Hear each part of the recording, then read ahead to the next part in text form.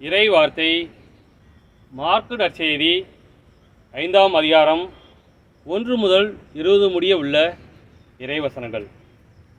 அக்காலத்தில் இயேசுவும் அவர் சீடரும் கடலுக்கு அக்கறையில் இருந்த கெரசனேர் பகுதிக்கு வந்தார்கள். இயேசு படகை விட்டு இறங்கிய உடனே தீய ஆவி பிடித்த ஒருவர் கல்லறையிலிருந்து அவருக்கு எதிரே வந்தார். கல்லறைகளே அம்மனிதரின் உறைவிடம். அவரை எவராலும் ஒருபொழுதும் சங்கிலியால் கூட கட்டி வைக்க முடியவில்லை. ஏனெனில் அவரை பலமுறை விலங்குகளாலும் சங்கிலிகளாலும் கட்டியிருந்தும் அவர் சங்கிலிகளை உடைத்து விலங்குகளை தகர்த்து எறிந்தார். எவராலும் அவரை அடக்க இயலவில்லை. அவர் இரவு பகலாய் எந்நேரமும் கல்லறைகளிலும் மலைகளிலும் கூச்சலிட்டு கொண்டிருந்தார்.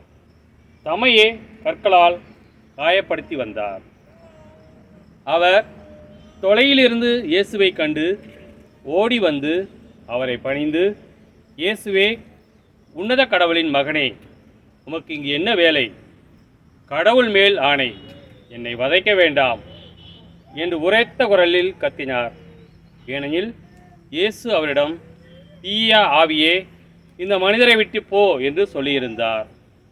அவர் அம்மனிதரிடம், உன் பெயர் என்ன என்று கேட்க, அவர், என் பெயர் லெகியோன், ஏனெனில் நாங்கள் பலர் என்று சொல்லி அந்த பகுதியிலிருந்து தங்களை அனுப்பிவிட வேண்டாம் என்று அவரை வருந்தி வேண்டினார்.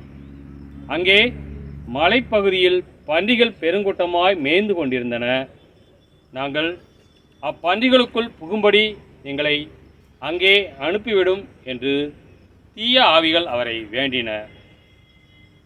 அவரும் அவற்றுக்கு அனுமதி கொடுத்தார். பின் தீய ஆவிகள் வெளியேறி பன்றிகளுக்குள் புகுந்தன. ஏறக்குறைய 2000 பன்றிகள் அடங்கிய அந்த கூட்டம் செங்குத்து பாறையிலிருந்து கடலில் பாய்ந்து வீழ்ந்து மூழ்கியது. பன்றிகளை மேய்த்து கொண்டிருந்தவர்களோ ஓடிப்போய் நகரிலும் நாட்டுப்புறத்திலும் இதை அறிவித்தார்கள். நடந்தது என்னவென்று பார்க்க மக்கள் வந்தனர். அவர்கள் இயேசுவிடம் வந்தபோது பேய் பிடித்திருந்தவர், அதாவது லெகியோன் பிடித்திருந்த அவர் ஆடை அணிந்து அறிவு தெளிவுடன் அமர்ந்திருப்பதைக் கண்டு அச்சமுற்றார்கள். நடந்ததை பார்த்தவர்கள் பேய் பிடித்தவருக்கும் பன்றிகளுக்கும் நேரிட்டதை அவர்களுக்கு எடுத்துரைத்தார்கள். அப்பொழுது அவர்கள் தங்கள் பகுதியை விட்டு ஓய்விடுமாறு இயேசுவை வேண்டிக் கொண்டார்கள். அவர் படகில் ஏறியதும் பேய் பிடித்திருந்தவர் தாமும் அவரோடு கூட இருக்க வேண்டும் என்று அவரை வேண்டிக் கொண்டார்.